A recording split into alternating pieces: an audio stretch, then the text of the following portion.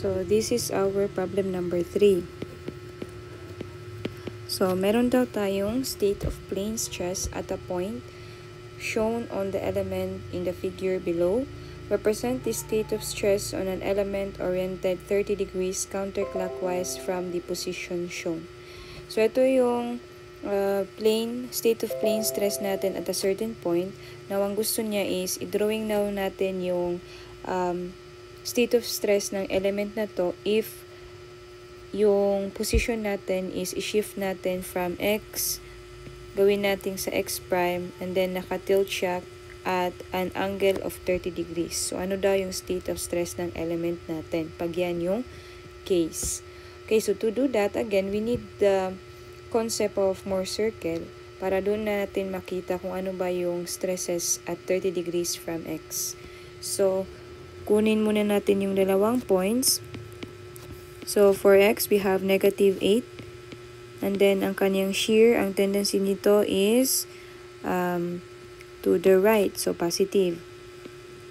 Ang ating y naman is 12 positive, and then ang tendency is gaganon, so to the left, so negative 6. Okay, so i-plot natin negative 8 and then 12.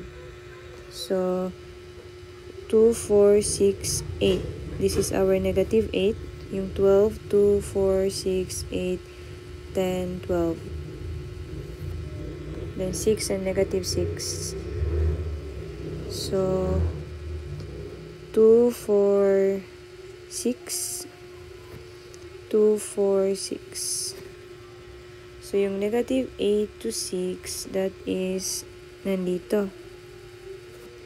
Yung 12 to negative 6, that is somewhere here. Okay, so let's label this one as x, and then this is our y, and then we connect the 2 points. Okay. So, makakatulong talaga if you properly draw or plot the points to scale kasi makikita natin yung mas accurate na Mohr circle. As you can see, kung ito, hindi natin gidrawing ng mabuti, baka ang mangyari yung circle natin, tumama yung center niya sa origin, which is, ang tama is hindi doon tatama dapat. Okay?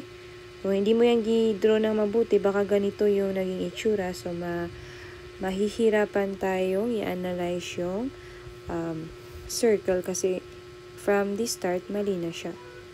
So, yan. So, this is our center ng ating circle. So, we need our Mohr circle. So, yun yung kanyang diameter, yung line na yan. Okay, so diameter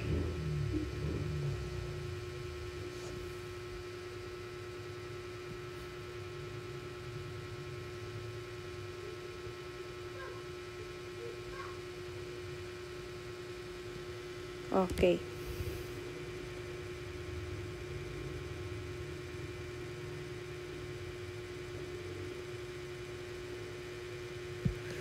Okay, so this is our Mohr circle. So, i-drawing ko ulit muna yung mga ito, from here to here, this is 6 KSI. Ito rin, from here to here, 6. Then, from here to here, negative 8. From here to our y, that is positive 12. Then, kunin natin yung center. Ang center is from here to here. Our sigma bar. Tapos, this is our radius. So, mamaya para makuha yung radius, we can analyze this triangle with, yes. Okay, so unahin muna natin yung sigma bar. So, ang sigma bar natin equals to the average ng sigma x and sigma y. So, 12 minus 8 over 2. So, you have 2 KSI. Okay? Then after sigma bar, yung R na naman, so ang R natin is the square root of the sum of the square of the legs of the triangle, which is 6 squared plus, ito, ang distance na to, ano yan? That is 12 minus sigma. Okay, 12 minus sigma. So 12 minus 2. 12 minus 2 and then squared. So you will have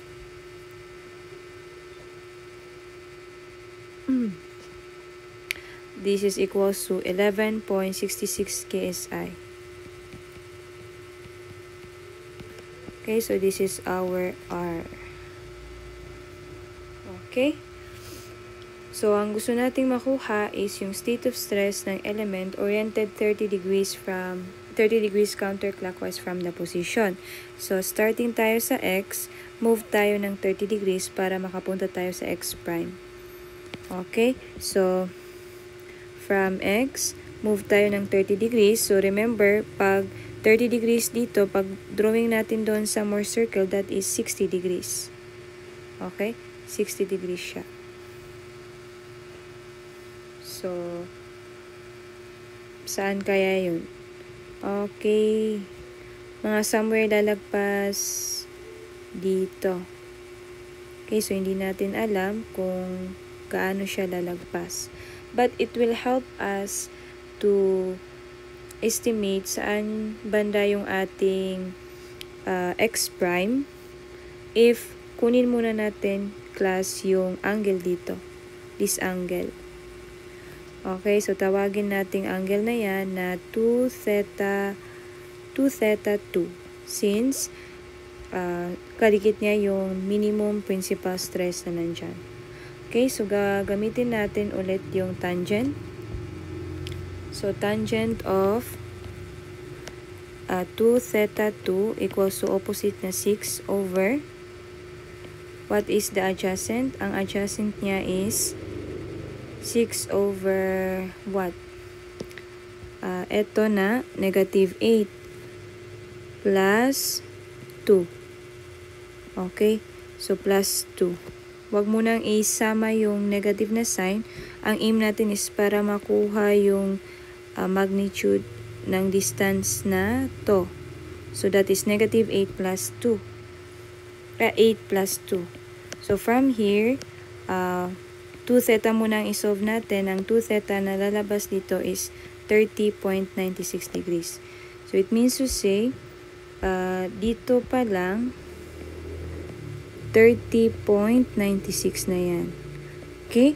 So, tapos, di ba magmumove tayo from X to X prime ng twice ng 30. So, kung 30.96 to, yung isosobra lang natin dito is 60 minus 30.96 and that is 29.04. 29.04. So at that point, ito na yung ating X prime. Okay, so gumamit tayo ng ruler. I-connect natin. So make sure dadaan siya sa ating center. So, yan. Okay, so etong point naman dito, this is our Y prime naman. Kung nag-move tayo ng amount of 60 degrees from X papunta sa X prime, it follows na mag-move din tayo, diba, ng 60 degrees from Y to Y prime. So, this is also 60 degrees. So, ito yung ating Y prime. So, this corresponds to the stresses here. Dito, sa part na to. While yung X prime naman, yung stresses sa part na yan. Okay? So, erase ko lang. Okay. Now, kunin natin yung mga values ng stresses at these 2 points, X prime and Y prime, para may drawing natin yung state of stress at 30 degrees from the X axis. So, again, using our figure, we just have to analyze. So, unahin natin yung sigma X prime. Sigma X prime. So, paano makuha yung sigma x prime? Ang sigma x prime natin, galing lang dito sa tau na axis, papunta dito. So, we have sigma x prime. Yung sigma y prime naman is from here, papunta dito. So, hanggang dyan. So, para makuha yung sigma x prime, notice na, ano yung meron tayo? Meron tayong radius. Alam natin na from here, from the center, papunta dito, radius yan, right? Radius. So, paano natin makuha yung sigma prime x? Okay. So, tingnan natin is itong triangle. Hindi hanggang dito. Itong triangle lang. Okay, itong naka-light orange, parang peach. Okay, so yung x component na to, ito from here hanggang dito class sa center, ang value niyan is r cosine of 29.04. Now, ang problem dito is sobra, papunta siya dito sa center. Diba? So, ang gusto lang natin is from here to here. So, why not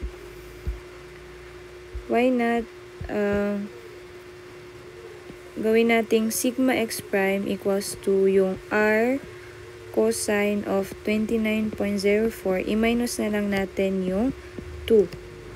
Okay? So, that will be 11.66 cosine of 29.04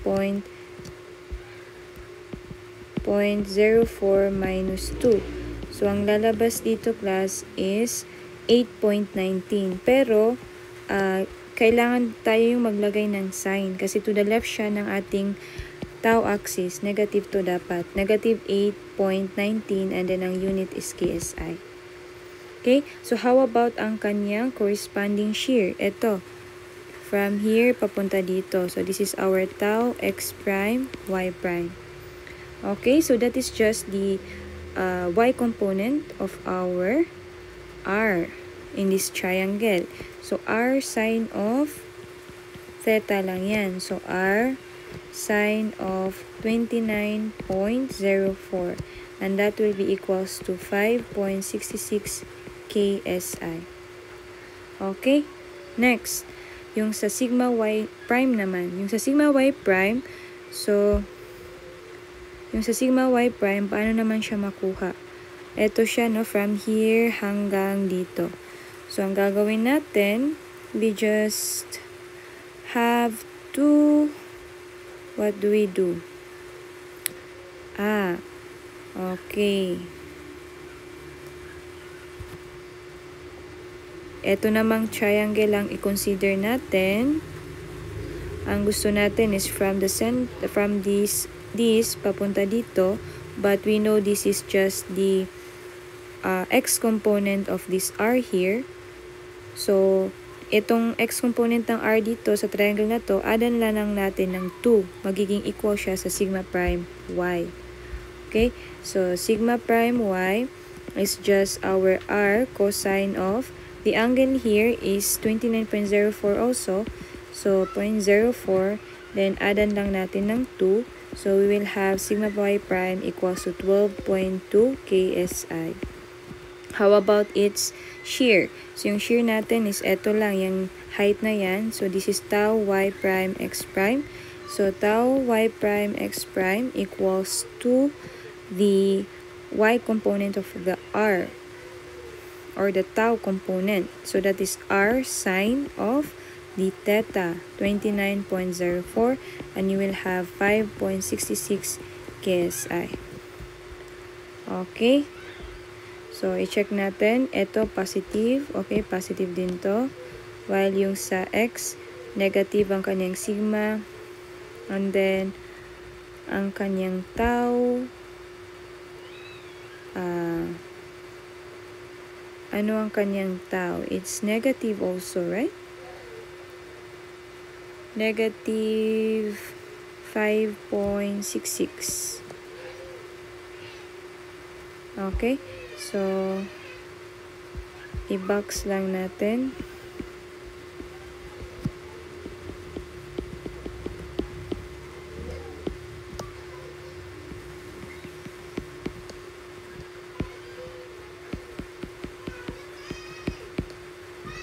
Okay, so yan siya.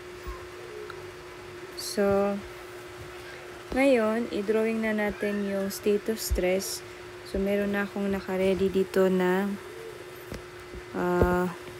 element. So, erase lang natin to. Then, let's use another color. Okay, so, on our x prime, meron tayong negative 18. Negative 18 na nag-a-act. So, bali compression siya. So, negative 18, negative 8.9. So, huwag na natin ilagay yung negative doon. So, 8.19 KSI. So, it follows na pag ganito din, merong 8.19. Then, yung ating tau. So, negative siya. So, it means ang tendency na ma-produce is to the left. That's why ito upward siya, ang ating shear, with a value of 5.66 KSI. And then, yung partner niya is sa baba. Okay, partner niya sa baba. And then, yung sa sigma y, we have positive 12.2. So, upward, 12.2 KSI. And then, it follows, meron din dito sa baba, 12.2 KSI. Then, ang kanyang shear, positive. So, ang tendency niyan, the rotation is clockwise. So, you have here, and then here. So, wag na natin lagyan ng values because understood they are all equal 5.66. Opposite nga lang sila ng mga direction. Okay? So, this is our answer for problem number 3.